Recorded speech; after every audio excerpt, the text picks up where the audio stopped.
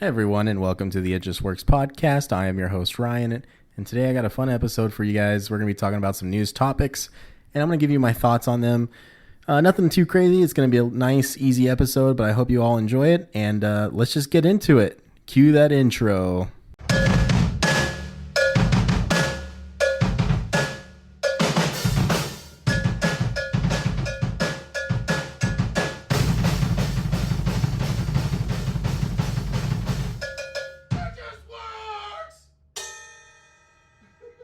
All right, everyone. So we are going to be going over some news topics, as I said in the intro, and we're just going to kind of get into it and start with something that's a little controversial right now with Marvel's Avengers.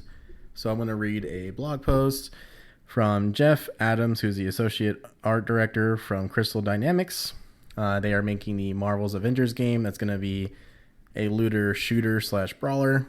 So if you play Destiny or Borderlands, it's going to be like that. But it's the Avengers. So let me get this over with. Earth's mightiest heroes get a helping hand from a friendly neighborhood spider in 2021.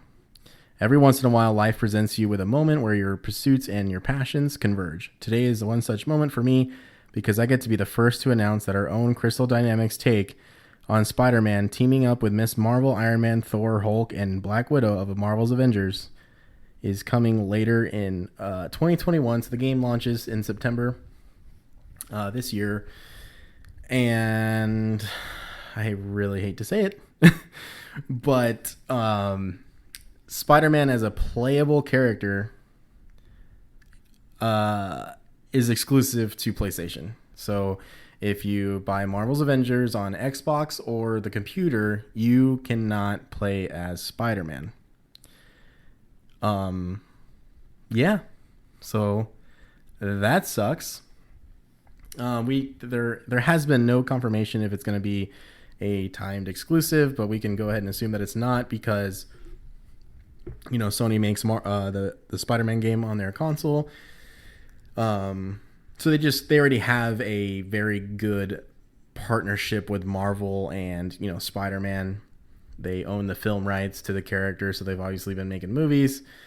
And most recently, Tom Holland's Spider-Man has been super successful, so I get it. There's definitely a built-in partnership there, so it only makes sense for them to basically just, you know, be working on this together with the game as well.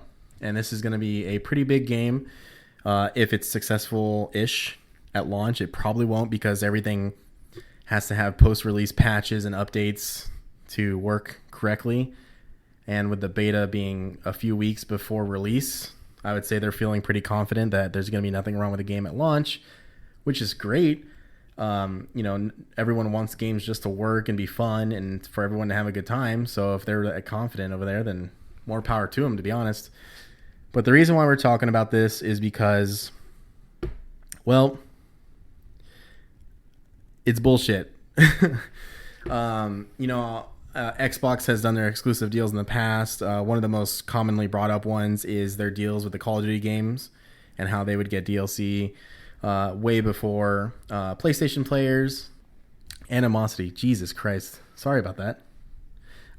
So there's definitely some animosity there, from players of the past that, you know, a lot of people play Call of Duty. They want their DLC as well. But Sony's doing that now with the games. I don't think they're doing it with Modern Warfare. I'd have to double check, but they've been doing it with the past couple Call of Duty games, so I feel like that's already out of the bag. Microsoft has been working really hard for PC and Nintendo, and, you know, Nintendo's worked really hard as well to get cross-play across as many games as they can.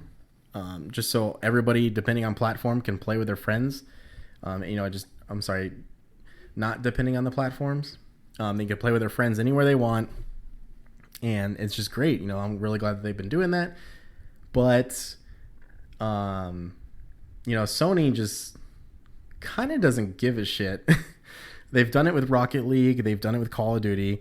Both extremely big games. Very big, very popular. So it's not to discredit them entirely, but they've definitely not made that initiative like the other two publishers have. I'm sorry, creators, of the big three.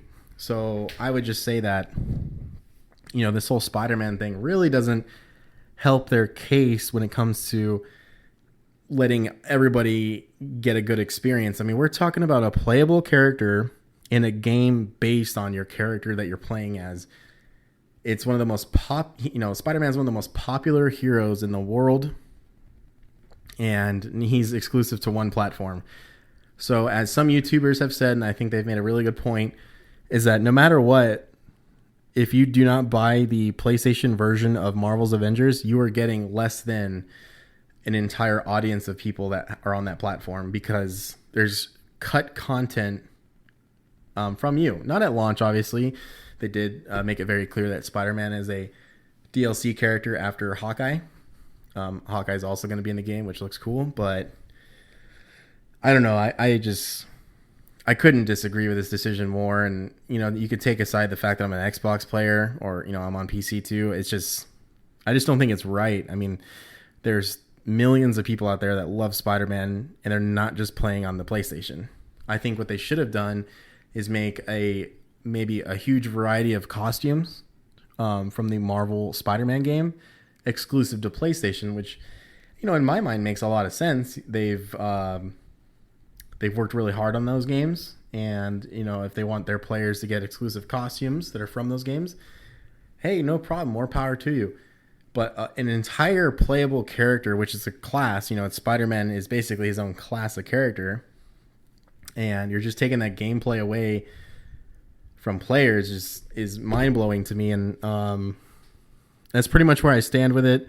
I wanted to talk about it today because I think it's something that is really bad. It's just not good for the gaming industry. Exclusives are good, like games. I never want to see God of War on Xbox. I think it should remain on PlayStation, or Halo. I don't know. I'm a little iffy on that, but the point is, I understand Sony wanting their exclusives. They have amazing exclusives. But when it comes to this kind of third-party game and this kind of exclusive content, I don't know. I'm really not okay with it. But, maybe they'll change their mind in the future, or maybe in later 2021, Xbox and PC players will be able to play as Spider-Man. God willing, this game is good, and we are all still playing it, or at least logging in at least once a week to do whatever. It's not the end of the world for me. I still want to really play the game.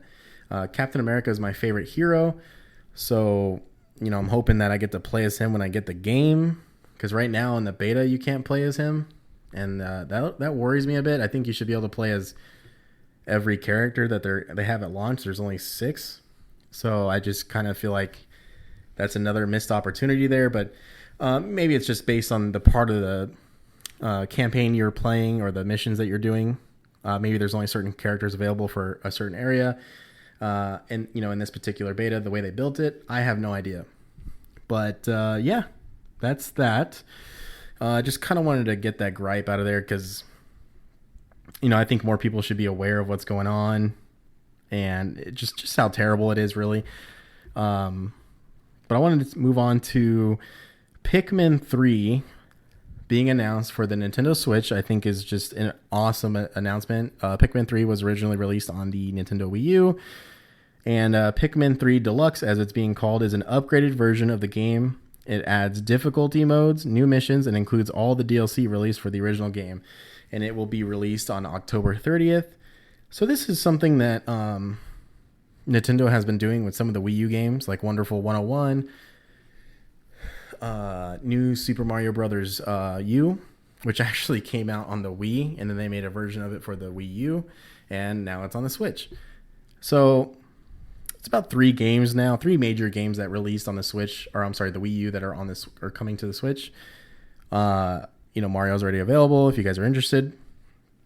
I just think this is an amazing announcement, because for me personally, I think that this means that we will be getting the Wind Waker HD and Twilight Princess HD collection on the Switch. I really, really want those games on the Switch. Twilight Princess is my favorite Zelda game, right next to Ocarina of Time and Breath of the Wild. So I would love to play it handheld on this console. I mean, it was great on the Wii U, and I still have it on the GameCube, but I'm really hoping that this means some of the rumors that came out early in the year about, Super Mario 64 and Sunshine getting remastered and re-released, also Galaxy. Nintendo doesn't have a whole lot going on right now at the end of the year. I mean, they have Pikmin 3 as they just announced. They have the Crown Tundra, which is the Pokemon Sword and Shield second expansion, which is going to be a lot bigger than Isle of Armor. But other than that, they don't really got a lot going on. So I'm really crossing my fingers that we get a direct and a ton of Mario games announced. I think that'd be fantastic. The Switch is kind of dead for me right now. And I'm not saying everybody. I'm just saying me personally. I just have no desire to turn it on. Every time I do, I'm like, I think I give it like 5 minutes and I'm already off. So I'm really hoping that we get more content, as that would just be amazing. Any kind of content I need.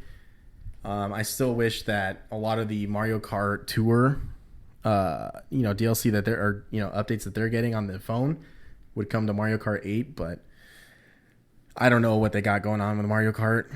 I just want more tracks and more characters on the Switch, but it looks like we're going to have to wait till the next actual mainline release. So it's a little sad, but I wanted to move on to Project xCloud. So this is the cloud-based initiative from Xbox. It is what allows you to play games on the cloud, on your phone, your tablet, PC if you're just linked to it. If you don't have the game downloaded, you can still play it.